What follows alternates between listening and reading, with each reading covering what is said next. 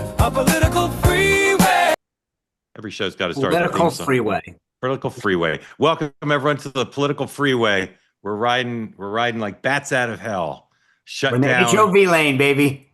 The Pope coming to the defense of Dick Durbin, and every liberal who texts and emails me telling me that Donald Trump has lost his mind. The weave is now a sign of advanced dementia. We'll cover all that and more. The professor, Marianne, Ginger, everybody here on today's episode of The Morning Meeting. Welcome in. Thank you for being part of it. If you want to be part of the conversation here in the two-way platform, please raise your hand. If you're watching on X or on YouTube, do not raise your hand. Expect in the chat. Presidential grace to all. Dan, what does your sleeve say on that shirt? Anything? It says conversations like no other. Yeah, and mine says peace, love, and understanding. And both germane here today. Please, peace, love, and understanding. Yeah. Chuck Schumer's on Morning Joe right now. Let's take a listen.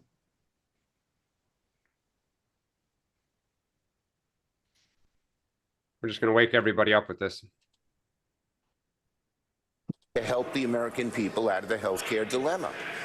But in the meantime, we are going to be fighting everywhere on TV stations like yours, in the social media, in picketing, in protesting, in emails, in every way.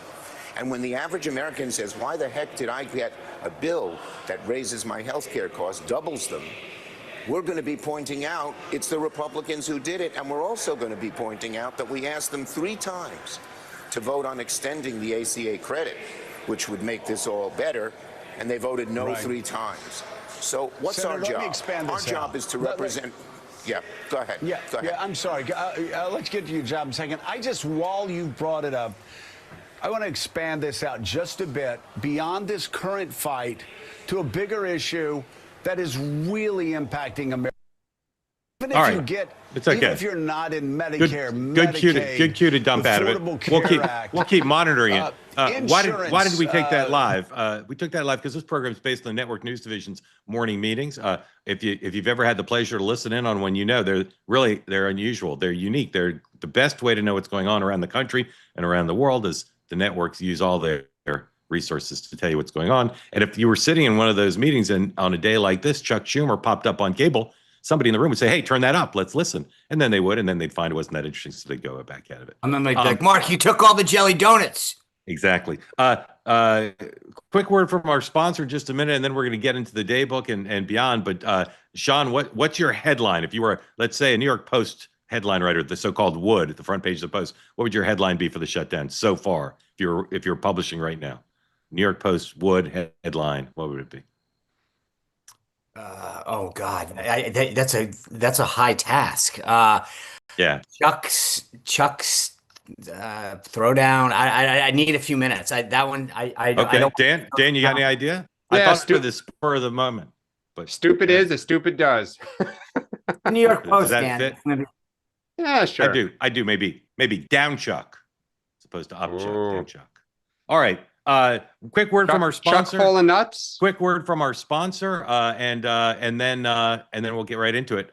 Dan, I see you're wearing your Fairway and Green shirt. I am. Yep. Sean, just tell everybody briefly what you're wearing today. By the way, my Mark, wife's stuff should be here end of the week. She's very excited for it.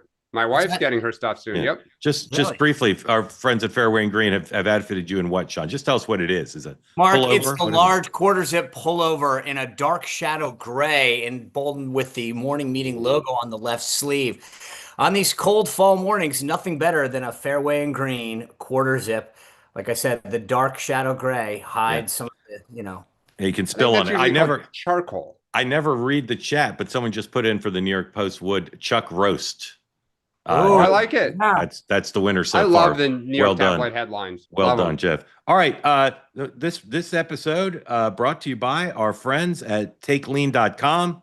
TakeLean.com. I'm going to tell you at the end of this brief advertisement how you can get, believe it or not, 20% off. Avoid fad diets, juice cleanses, cabbage soup. You don't want any of that.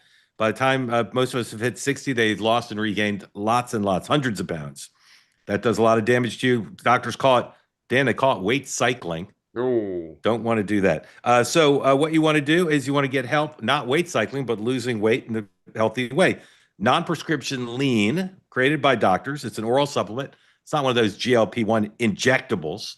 the science behind it. You can read about it on the website. It's healthy. It helps you maintain healthy blood sugar, helps control appetites and cravings, and burns fat by converting it to energy. So go to the website right now, takelean.com, 20% off. Use the promo code MARK, or as they say at the Red Sox games, MAC. 20% off, promo code MARK, takelean.com. Thank you for your attention to this matter. And now we head straight into the day book, where probably the marquee event of the day is a bunch of cable news hits. You're just going to see surrogates on both sides. Just announced moments ago on the Punch Bowl Twitter feed, Russ Vogt is headed to a 1 o'clock meeting with the House or the congressional Republicans. There you see the pool today for today's exciting activity. iHeartMedia is the radio pool. Important to know. The president's only got one right now signing executive orders, 4:30 in the Oval. Currently closed press, but that could open wide. And if it does, you'll see full coverage on Two-Way Tonight. So the other big marquee event, Caroline Leavitt, New Hampshire's finest, will brief at 1 p.m. Plenty of questions sure to come on the shutdown. J.D. Vance has already been on Fox and Friends this morning. I expect him to be around with the strategizing on this. House is technically out, but the House Democrats are around. Chuck Schumer already on Morning Joe and earlier on CNN. Let's play that. Play Chuck Schumer on CNN. He's asked if he accepts the appellation, the Schumer shutdown. Roll that, please. Saying that every Republican who's gone on TV the last, 9 hours or so has called this the Schumer shutdown. What do you think about that name?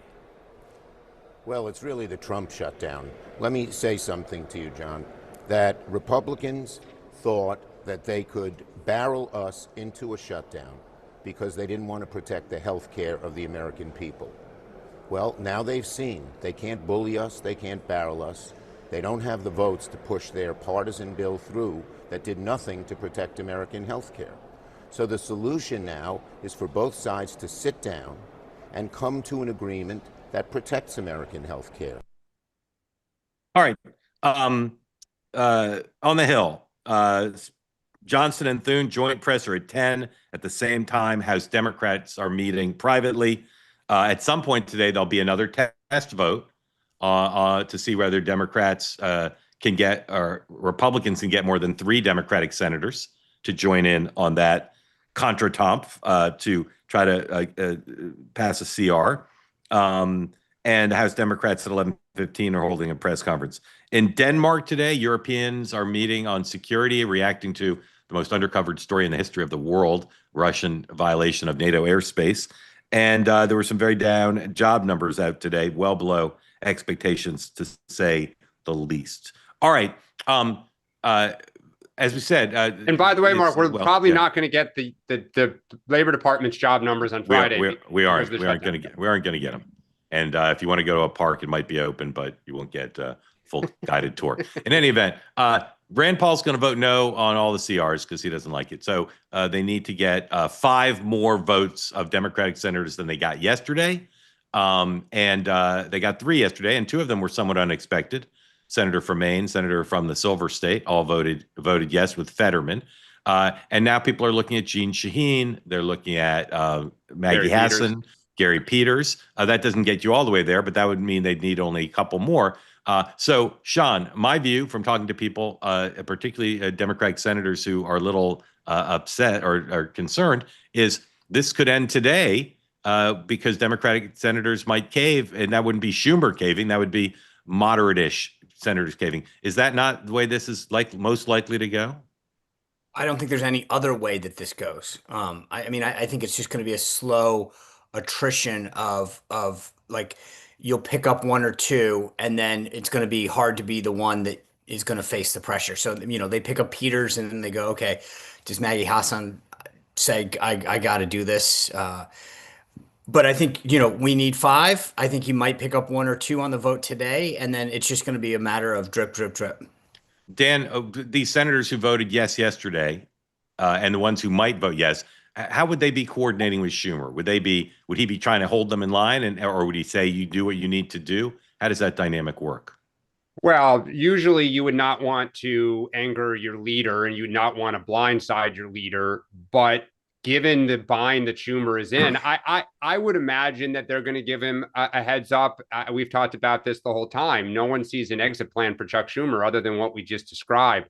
I don't necessarily think they'll cave today, but I do think by the end of the week they may.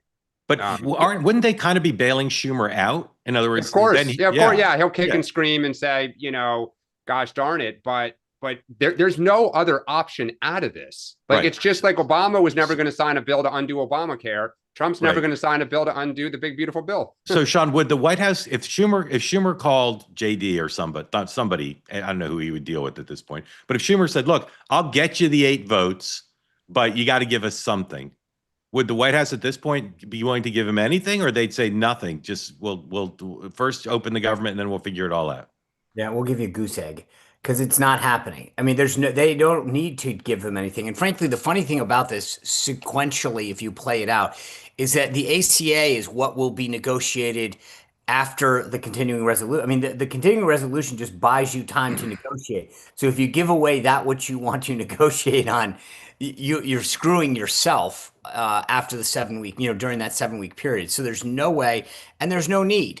I mean, at the end of the day, these guys are very happy with this, with the shutdown. And by the way, total side note, today, based on Doge buyouts, 150 federal employees are going bye-bye for good because of the Doge deferred buyout program. So this is going to be like 150,000, you meant. 150,000. And you're going to have another bunch of furloughs. As I said earlier, these guys are being very strategic about how they're handling this, where the pain is going to get felt. And they're just they're riding high. They have no reason to give them anything at all. Yeah. And the more Democrats that come over, the more that it makes it like they go, why would I negotiate? Look at this. Here's another one that came over to. I mean, it's being said by Democrats and some in the media that the president is worried about the shutdown, that it could hurt his poll numbers. Or he's upset. Here's the vice president of the United States on Fox and Friends, seeming like he doesn't have an effing care in the world.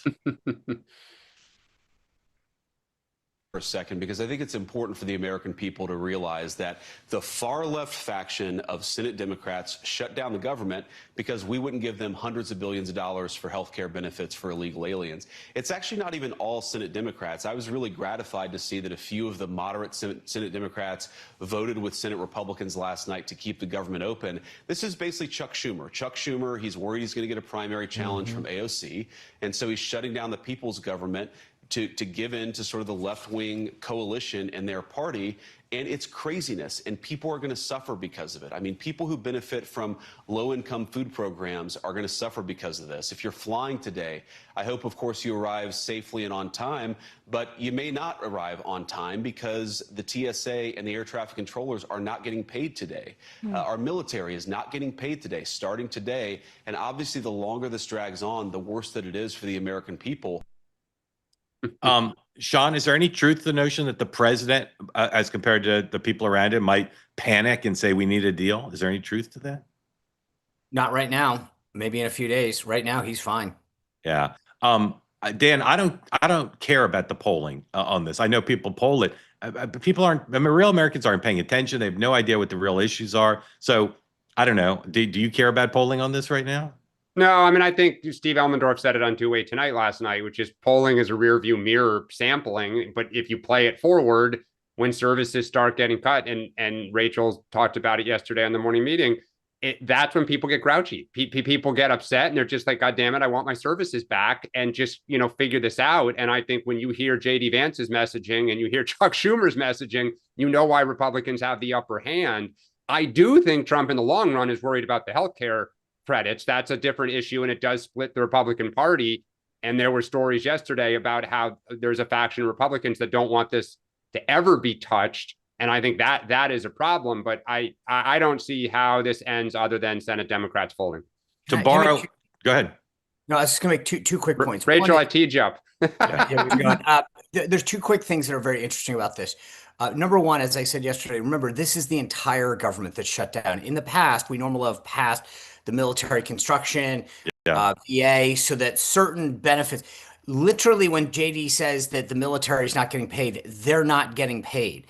And there's a difference between an officer not getting paid and an E4 and E5 that's getting 20 grand and getting by, maybe going to the commissary and things like that are now going to get shut down. So you are really making an impact on these folks. I mean, I remember when we shut it down in '94. I think I was making $18,500 as a Senate staff assistant.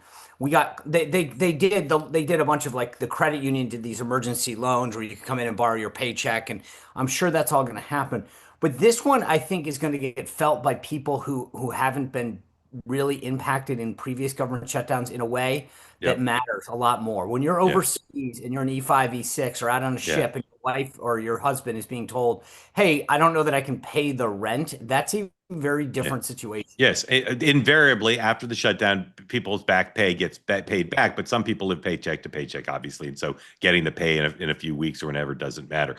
To borrow one of the finest lines from Woody Allen's Annie Hall, we happen to have Rachel Bade right here, aforementioned. And Rachel, sometimes my colleagues, when they send me like a note describing who's on the show, they'll say veteran journalist Rachel Bade.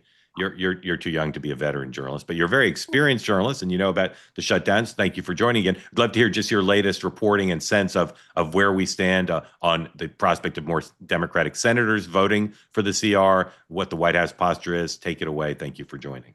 Sure, of course. Look, this hasn't happened in 6 years, so I think over the next, week or so, if it lasts that long, we're just going to have this, gut-wrenching reminder of what shutdowns mean. I mean, just going back to what Sean was talking about and Dan before, hundreds of thousands of federal workers being home. I mean, it's not just some people who live paycheck to paycheck. Most people cannot go without getting a subsequent paychecks. Like, that's just the reality of things. Troops not getting paid. I mean, all Republicans have to do is go on TV over and over again and talk about these impacts. I mean, air traffic controllers, don't you want to fly safe? Okay, what if they don't show up because they're not getting paid? That's a real problem, right? National parks, what's going to happen there? What if you have a question with Social Security? You can't get a hold of anything. Permitting. I mean, if you're a company, you're trying to get a permit, good luck.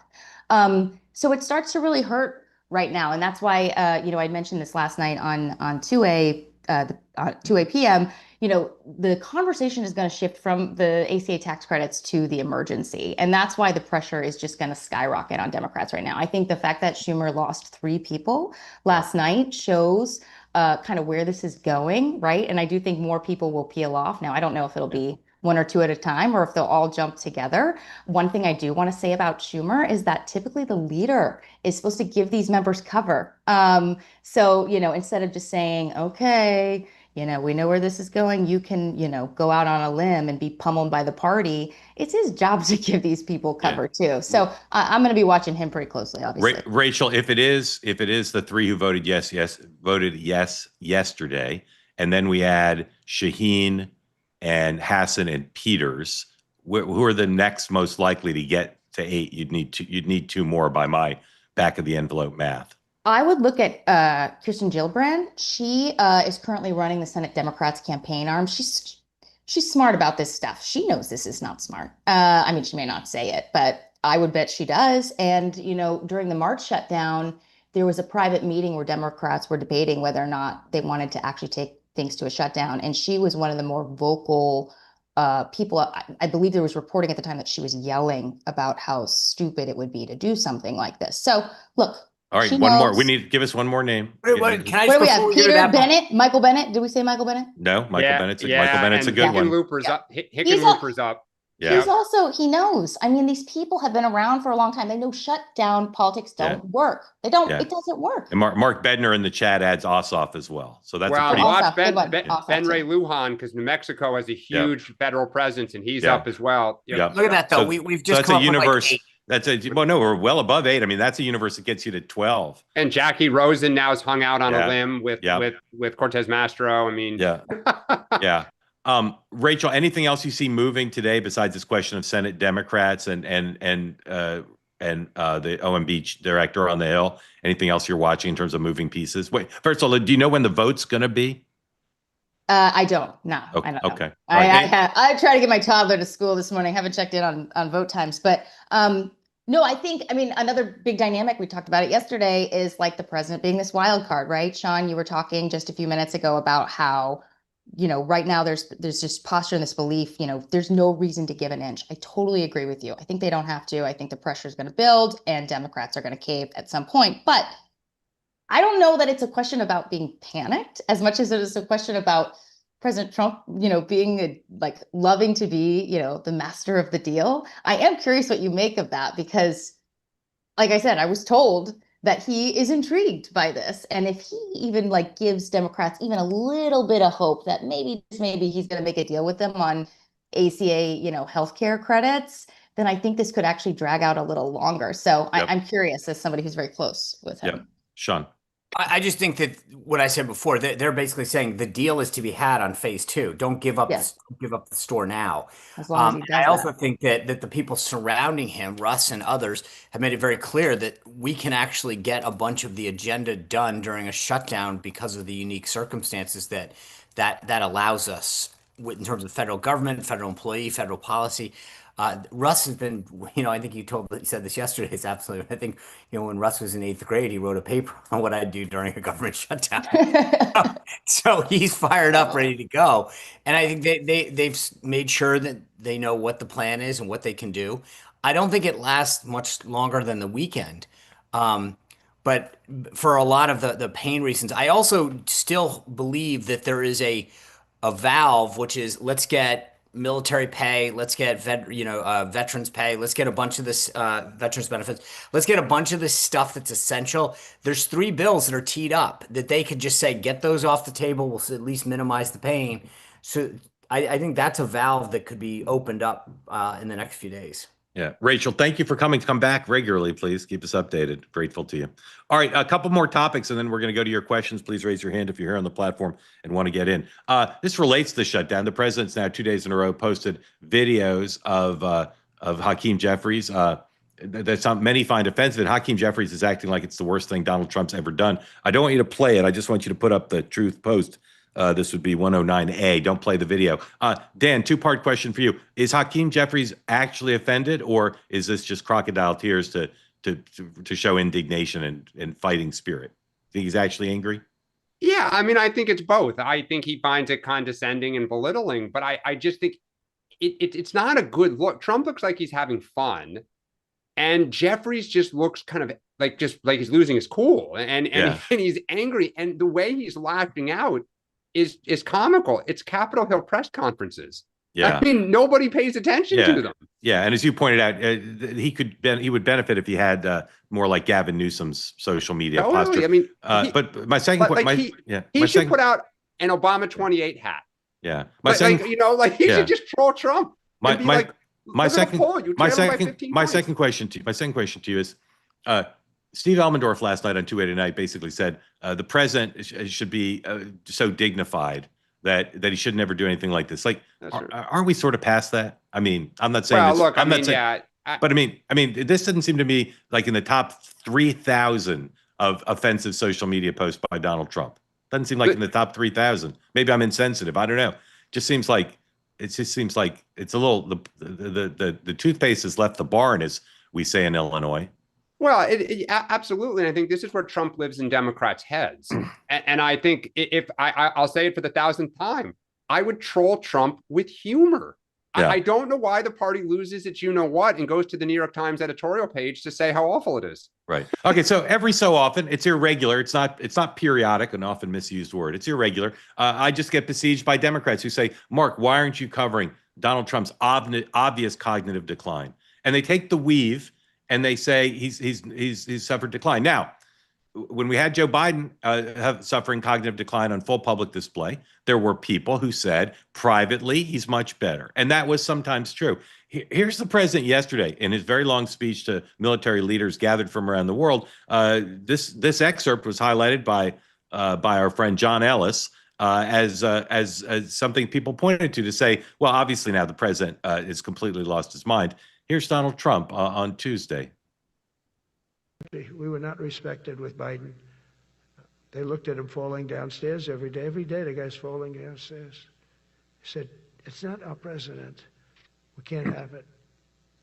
I'm very careful, when I walk downstairs, like I'm on stairs, like these stairs, I walk very slowly. Nobody has to set a record. Just try not to fall, because it doesn't work out well. A few of our presidents have fallen, and it became a part of their legacy. We don't want that. You walk nice and easy. You don't have to set any record. Be cool. Be cool when you walk down, but don't bop down the stairs. So one thing with Obama, I had zero respect for him as a president, but he would bop down those stairs. I've never said, da-da-da-da-da-da, bop, bop, bop. He'd go down the stairs, wouldn't hold on. I said, it's great. I don't want to do it. I guess I could do it. But eventually, bad things are going to happen, and it only takes once. But he did a lousy job as president. A year ago, we were a dead country. We were dead. Okay, all right. This country was going to hell. Sean, I look at that and I say, that's par for the course. I don't see cognitive decline in there. Am I running cover for Donald Trump, or is that just the weave? I honestly don't know why it's any different than any other speech he's given in 10 years. I was like, what are we looking at here? Yeah. All right, Dan, why does that speech cause so many Democrats to text and email me saying, Mark, the whole show tomorrow should be devoted to Donald Trump's what are Sean and I missing? Look, I don't think he's showing signs yet of mental decline. The irony is, I think where he is slightly declining, and the reason that he actually got on to make that statement yesterday is he is starting to physically slow down. I mean, you saw it even at the end of the campaign that he struggles at times to walk upstairs. He had trouble getting on the big rig at the stunt they did with the garbage truck. He really struggled to kind of grab it and get up. It's been reported by several places that one of the reasons he does most of these executive orders and press conferences in the Oval sitting is he does struggle to stand for long periods of time in dress shoes these days. And again, natural for an 80-year-old to start having all of this. But to me, there's more signs of his aging physically than there is mentally at this point. That press conference could have been from the 1980s. Yeah. All right. How he acts. All right. Two more topics. Mixed reporting this morning on Hamas's posture towards the Trump 20-point plan. Here's a headline from somebody. Put up the headline. I'll find the number if you insist. But Wall Street Journal. Hamas indicates it is open to Trump peace plan as it faces pressure. That's from the Journal. But the BBC is reporting that Hamas is likely to turn down the plan. There's a Journal headline. Hamas indicates it is open to Trump peace plan as it faces pressure from Muslim nations. Militant group has expressed reservations about the terms, Arab mediators say. So that's a little bit mixed, but open to it. The BBC is suggesting they're going to be against it. Gentlemen, do you have any thoughts on this? Obviously, the president said he'd give him a couple days, so we're either at the deadline or getting near it. Either of you have a feeling about where this is headed? I just got to believe that if you're Hamas and you don't take this, and you're either getting back-channeled by the other Arab states that said we really didn't mean to sign that, or you're literally creating a death wish, because they're not. I mean, I think at some point Trump's just going to tell Bibi, well, we tried, go for it. Yeah, I think the interesting thing is, I mean, on some level, and I'm just saying this as a political analysis, like it's bad for business for Hamas to cut a deal. Like for Hamas survives because of the outrage and the idea of never give up. But they get their funding through the Middle East.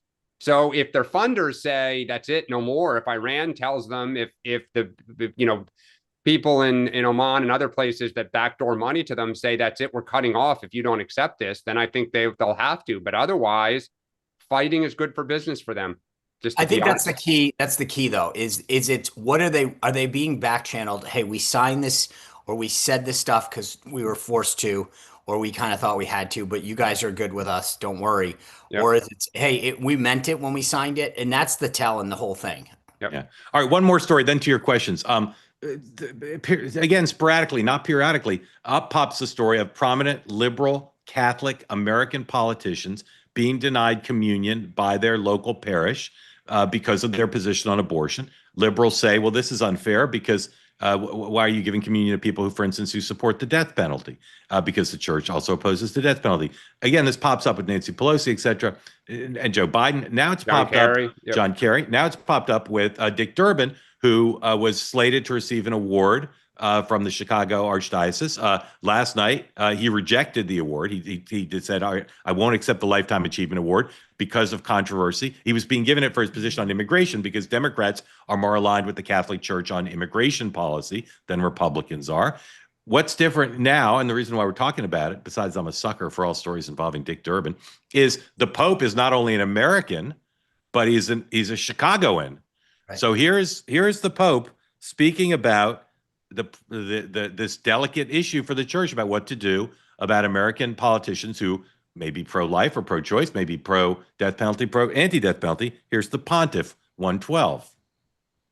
I'm not terribly familiar with the particular case. I think that it's very important to look at the overall work that a senator has done during, if I'm not mistaken, 40 years of service in the United States Senate. I understand the difficulty and the tensions, but I think as I myself have spoken in the past, it's important to look at many issues that are related to what is the teaching of the church. Someone who says I'm against abortion but says I'm in favor of the death penalty is not really pro-life. So someone who says that I'm against abortion but I'm in agreement with the inhuman treatment of immigrants who are in the United States, I don't know if that's pro-life. So they're very complex issues. I don't know if anyone has all the truth on them, but I would ask first and foremost that there be greater respect for one another and that we search together both as human beings, in that case as American citizens or citizens of the state of Illinois, as well as Catholics, to say we need to really look closely at all of these ethical issues and to find the way forward as church. The church teaching on each one of those issues is very clear. Thank you very much. Grazie. Just to be clear, if the guy wants to host or co-host a two-way, His Holiness is welcome at any time. Amazing. Dan, just your general thoughts on this, on his weighing in on this perennial issue as it pertains not just to Dick Durbin, but more widely to Catholic American politicians of both parties. Yeah, as a Democratic Catholic, I mean, amen that somebody's putting this all on the table. I think, as you say, Democrats have pulled their hair out for years that, the one issue that conservative Catholics have just not wanted to give up on is the issue of abortion. But here you have all these Democrats, Nancy Pelosi, Joe Biden, who literally go to church every single week, are good practicing Catholics, and somehow because of one issue, they're not allowed. Sean, you're shaking your head. You can't be a good practicing Catholic that promotes the killing of the innocent babies. You cannot do that. Can you be good practicing Sean, all right, Catholic so if you support the death penalty? No, you actually can't. No, actually, and you can't be for the inhumane treatment of immigrants. And great. And tell me who supports the inhumane treatment of. Well, just how about the death penalty, Sean? Forget the teaching of the church is clear on the death penalty. If you are pro-life, you support. There are exceptions that the church has made for the death penalty, however. So I'm sorry, Sean. I still don't understand your position. Yeah. No, my position is that if you are pro-life, you are pro-life. And so with respect to the death penalty, the church is clear that it does not support the death penalty with the exception of certain extreme conditions. Right. So many Republicans who support the death penalty and are Catholic, shouldn't they be denied communion at the same standard as denying communion to people who are out there promoting the death penalty? I think there's a big difference. How many people were put to death by the death penalty last year in America?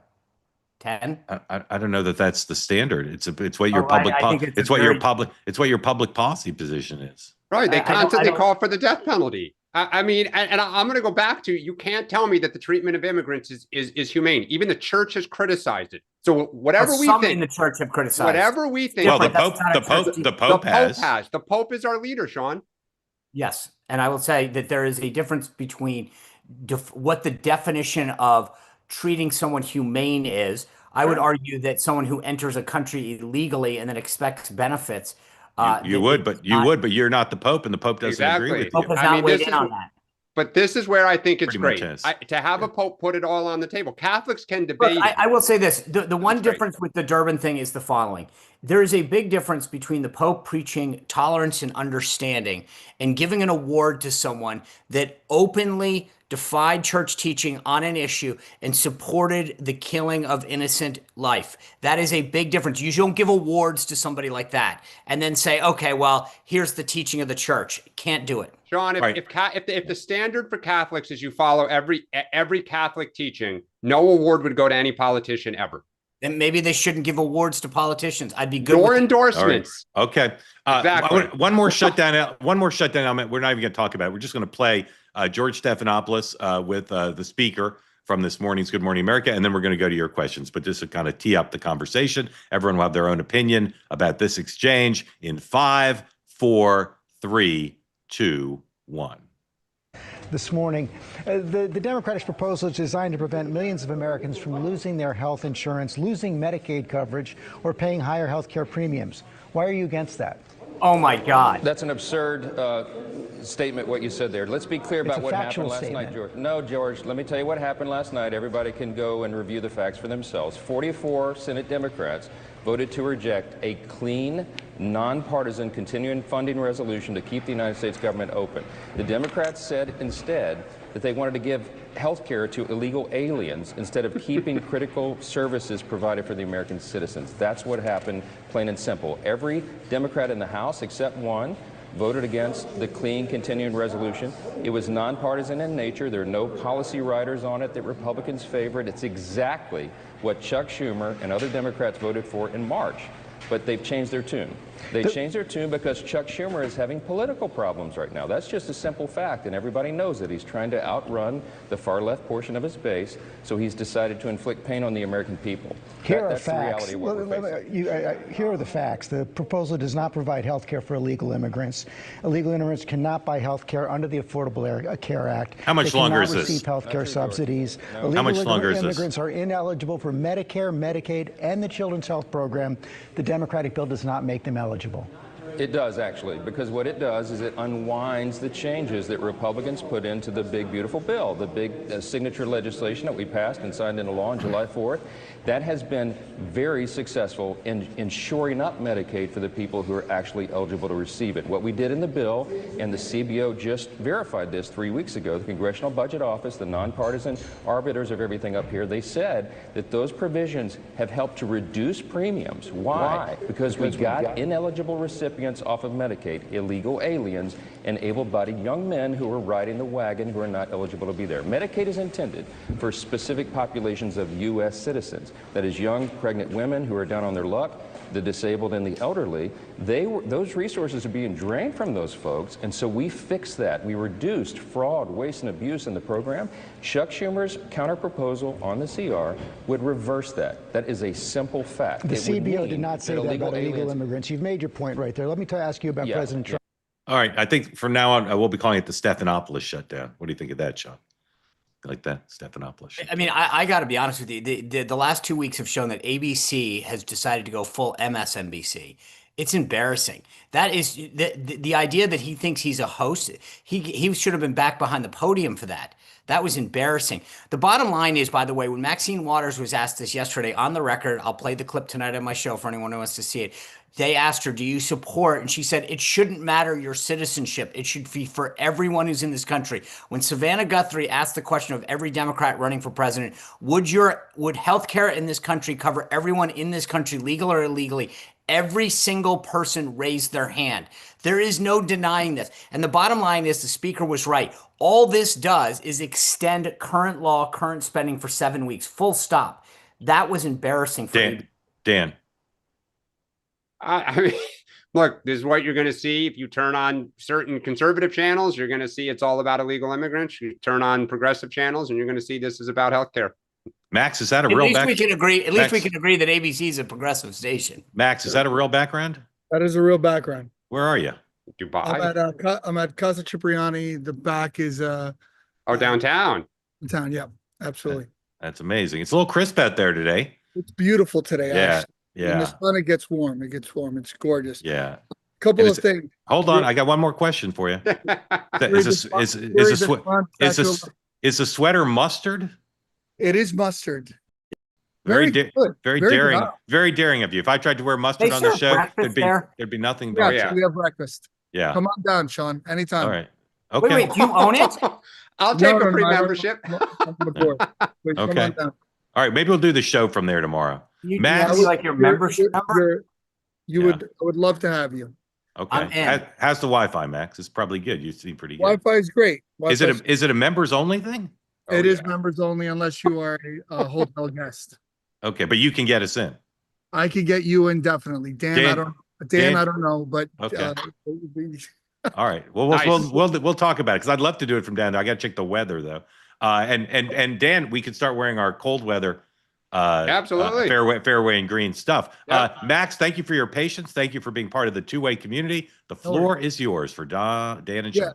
Couple of things. Number one, George Stephanopoulos is not on a progressive channel. He's on ABC, which has a broadcasting license. So that if I was the Republicans, I would sue an FEC complaint as an in-kind donation. And George Stephanopoulos, I mean, he was a Clinton hatchet man. How he's non-partial reporter is beyond me. Second, Dick Durbin. How is somebody still considered a public servant when they're enriching themselves for multiple decades? The term really needs to be reevaluated. Like if your business is politics, your business is politics, and you're enriching yourself being a politician, you cannot be a public servant. You're enriching yourself. You're in the business of politics, and that's okay. But at least, be real about that. Finally, I'd like to understand, everyone's talking about this CR and this shutdown.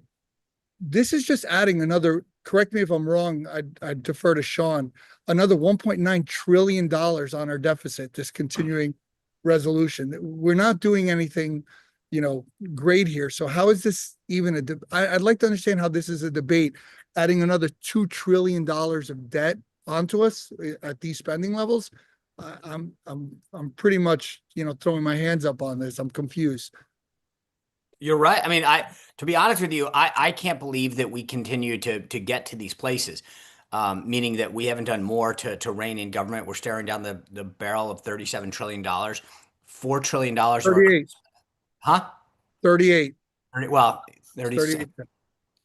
At that point, and we're overspending by $2 trillion a year. I mean, I just, to me, the whole notion that this isn't a bigger issue is embarrassing. And the funny thing is, if you're a Democrat, taking the current levels is probably the best deal you ever can get. This is a joke. We should be cutting, not continuing. Republicans have absolutely no desire to cut. I mean, I don't disagree with you on it's a total farce. It always has been. I mean, and Max, I'm glad that you are very upset about Durbin enriching. I'm sure you're equally outraged by the Trump family. Equally outraged. Donald Trump was a business person who did this. That's, by the way, But Max, the only reason that crypto thing took off is he's president of the United States. Max, was Donald Trump your landlord? Yes, he was my landlord. He was my landlord. Absolutely. Max, I have a question for you. I paid rent to the Trump organization. Max, Paul Pelosi is a businessman. He's been an investment banker since the 70s. You have no problem with, if your history is a business person, I have no problem. Then it's good. I had no problems with Paul Pelosi making money on his own. Paul Pelosi trading on insider trading that his wife gave him, that's a problem. You and I would be buried under the prison for that. So would the Trump children. Donald Trump's net worth went down when he became president of the United States, was already a multi-billionaire. The children were completely debanked, deplatformed, and because of that, found a new avenue to make money. I'm not here to defend somebody making money in the private sector, but someone like a Dick Durbin, a Nancy Pelosi, anybody who's in quote unquote public, calling themselves a public servant is laughable. I don't hear Donald Trump Jr. calling himself a public servant. Yeah, Max, I don't know how much Republicans have self-awareness of how absurd what you just said is, but the bar has been shattered. If you think that Gavin Newsom's kids wouldn't say, let's go start crypto companies and do everything, like it's absurd. It's absurd what you just started. Max, the fact that they were already rich does not mitigate the outrage of leveraging the public office. I don't disagree with you. The same thing with Jared. However, they don't put themselves with this halo of I am a public servant. I wish they would, because then maybe they wouldn't exploit the office. So because we own the corruption, we brag about the corruption. I'd rather Max. that's why Fight the football with the corruption. All Max, good. come on, Max. Max, come on. That's All right. good. Anyway, go on Twitter at Max's Twitter account. You can read about how the Trump helped him with his pizza operation. They Good story. did. Max, we'll see you tomorrow. I needed we'll that see you laugh tomorrow today. morning. We'll see you tomorrow morning. Maybe Dan and I are going to look into it. Jen, welcome in. We're Thank you going to for being- Soho House. Yeah. Okay. Thank you for being part of Two-Way, Jen. If you're not too busy doing what you're doing, tell us where you are and what's on your mind. Jen? Jen, you with us? Jen? That's the first. This is a two-way first. Jen, you there? Hello? Jen? This is weird. I don't know what's going on. Healy. Jen? Yeah, that's you. You're on. Jen? No, I'm not ready. I'm not ready. You're Okay. not ready. All right, All Jen, right. I'm going to mute you and take you off. This is like the come back if you Coldplay want. moment. It's very confusing. way. All right.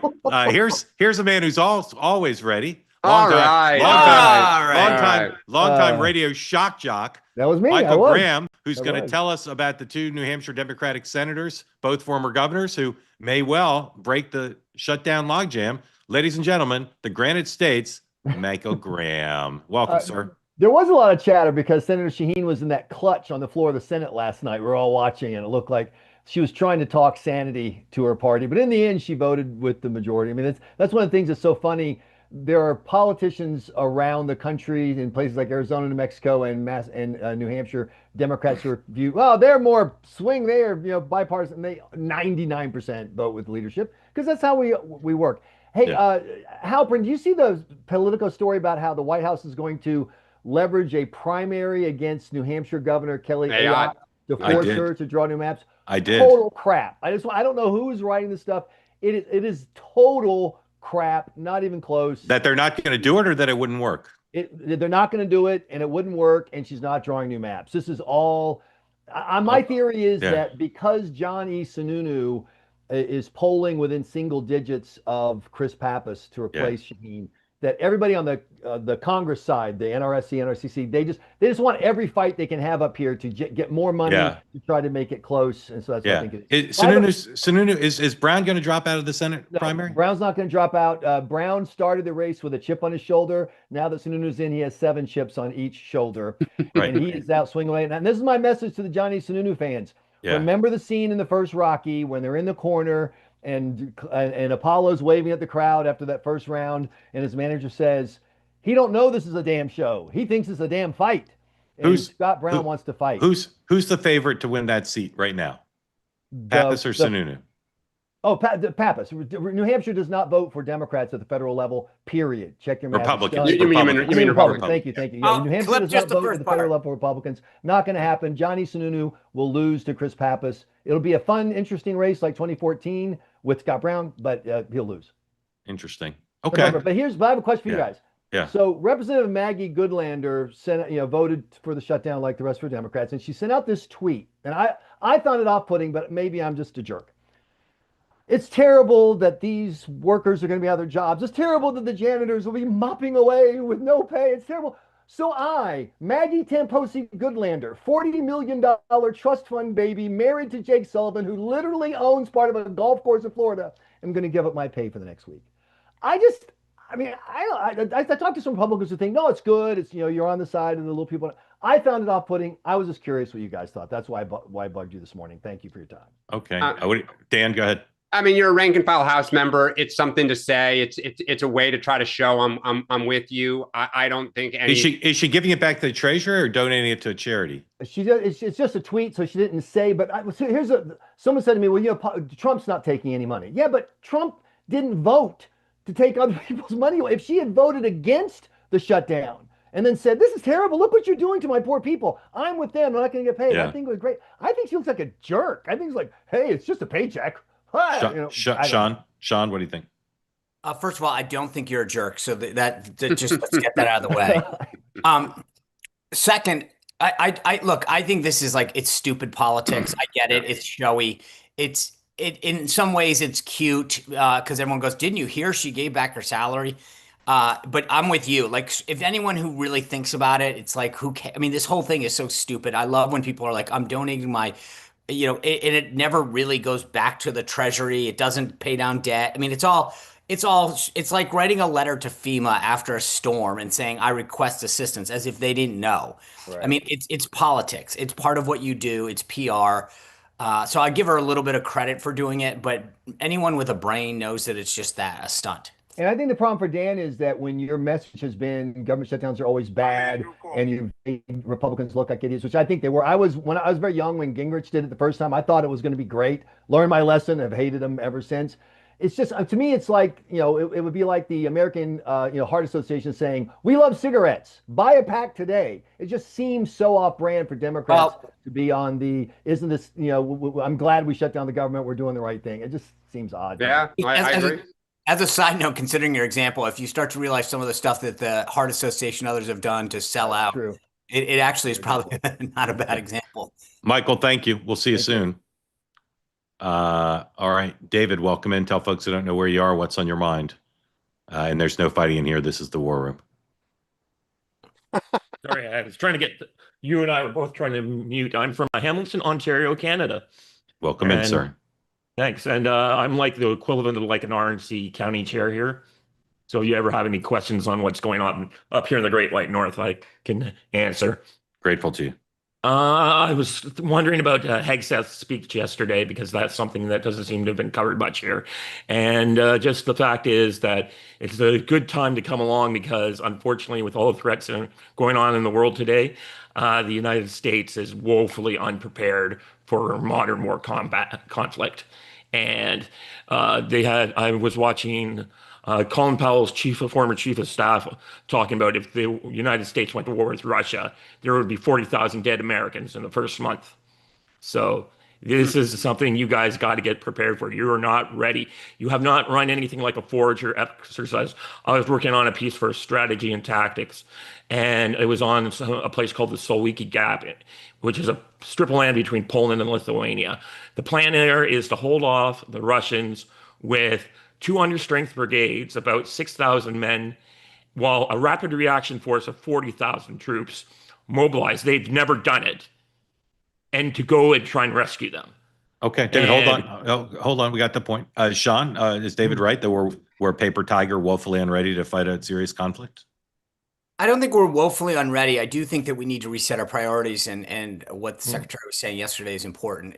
There is, especially post-COVID, standards have fallen, priorities have changed, and the focus on what we need to be doing to be ready to take on the enemy has not been the number one priority. And so I don't think we're at that level that you described, but I do think that there needs to be a refocus. Dan. Yeah, I don't think that the military kind of collapsed in the last 4 years. I do think that if you look at the future of warfare, and we're seeing it in Ukraine with drones, with cybersecurity, like the way wars are fought is rapidly changing with technology, and we need to update it. And I think it's no longer the worrying about Russia rolling through Poland to fight World War III again. It's also, how do we combat China and global actors? David, thank you. Grateful to you. So one of the things I keep telling folks, the reason why I don't agree with Sean respectfully that Mamdani is 100% is because we haven't had debates and the ad wars have not started. The outside groups running negative ads against him. And today, just moments ago, Andrew Cuomo released his first ad of the general election. Here it is. I'm Andrew Cuomo, and I could pretend to do a lot of jobs. But I know what I know, and I know what I don't know. And I do know how to make government work. I'll hire 5,000 new cops to partner with local community groups and keep our families safe. And we'll get the homeless off the streets and into the help they desperately need. There are a lot of jobs I can't do, but I'm ready to be your mayor on day one. All right. Were those shots of him doing stuff, was that AI or was that real? Anybody have a view on that? 100% AI. There's no way that he's hanging out. AI. All right. Dan, what do you think of that ad? It's not a negative ad. It's a high concept thing. I mean, those fake jobs things go by so quickly. I'm not sure normal viewers going to see it, but what do you think of the spot? The message is good. He's a little stilted delivering it. It's not the smoothest delivery, but the message is good. And if you had the volume off, I think most New Yorkers would agree with it. Sean? Look, I think it's a cute ad. The problem that Cuomo has, and so I'll give him credit. It looks good. I agree with Dan. I think the delivery's a little off. He looks a little stiff. But at the end of the day, the problem is that people remember what he did as governor. And that's part of the problem. He doesn't come off as this. It's not like he was an effective governor post-COVID and can say, guys, remember me? I'm the guy who fixed New York. I'm the guy who did the following. Let me be your mayor. I can do this. I think there's still a residual reminder to a lot of folks that like, hey, that's the dude who masks us, that did all this stuff with seniors and ventilators. And I mean, like, this is not a guy who has a strong track record. And obviously a lot of the other issues that he had from an HR perspective, he is not exactly somebody who I think people are looking at and says, this is Mr. Fix-It. Well, and that's where ultimately he's going to have to then the second half of that ad is in the future is going to need to be the contrast because it's compare me to the alternative, not the almighty. And that's what he has to hammer home. 100%. Yeah. All right. We'll talk about that in a second. Just play it, Paul. Play it again. I just want to see the top and see if those things are obviously AI or they're possibly real. Just play the top again where he's, what is he? He's like a, what do you call those? He's a conductor. Maybe freeze it. Yeah, subway conductor, but just freeze it on not the subway one, but the next one. I'm Andrew Cuomo, and I could pretend to do a lot of jobs. All right, that's not even him. Yeah, that's AI, all right, that one. That's Freeze AI. that one. Freeze that one. Is that even Andrew Cuomo superimposed? No. Or no. He looks kind of like what's his name from the E Street Band in The Sopranos. Stevie Van Zandt or whatever. Looks a little bit like Stevie Van Zandt, doesn't he? Yeah. All right, play. See if there's another one. See if there's one more. And I know what. Yeah. What that's like? He's like a stagehand. I mean, I don't think his. I think he's a little older looking. All right. Let's just workshop this. Next one will be a negative ad. Maybe there'll be one more. Oh wait, look at the bottom. Wait, go back for a second and look at the bottom. Yeah, it says AI. Right there you go. This political communication was now. Is that legally mandated? I wonder if it is in New York. Yeah, look at that. Nice eye, Dan. Whether the next one or the one after that's the first negative ad, Dan, what would you focus on? Would you focus on crime or competence? What would your frame be on the first negative ad against Mamdani? Yeah, I would focus on crime. Yeah, yep, and quality of life. Because look, I think all of the above. He needs ultimately the Black community to come with him. He needs the Latino community to come with him. And so you need to go. They want safe neighborhoods. You want opportunity. And I think you have to also go on the fact that Mamdani can't do all this on his own.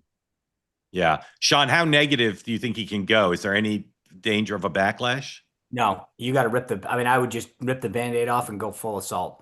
You got to just make it clear. This city is going to go to hell in a handbasket. He's inexperienced. You're going to run this like he's a Republican. He's dangerous and scary. He's going to change New York forever. The fabric of our city that we love is going away. If I were him, I'd lean into family too. You remember my father, our family's been serving this state and this city forever. We can't let this, New York will be, I also think the fact that he's 33 or whatever it is, 33, 31 years old, like they're going to go after that too. Like, and if you were the campaign or the super PAC, would you go after in either a separate ad or the same ad? Would you go after Sliwa? Would you say these are two guys who aren't ready to run the city? No.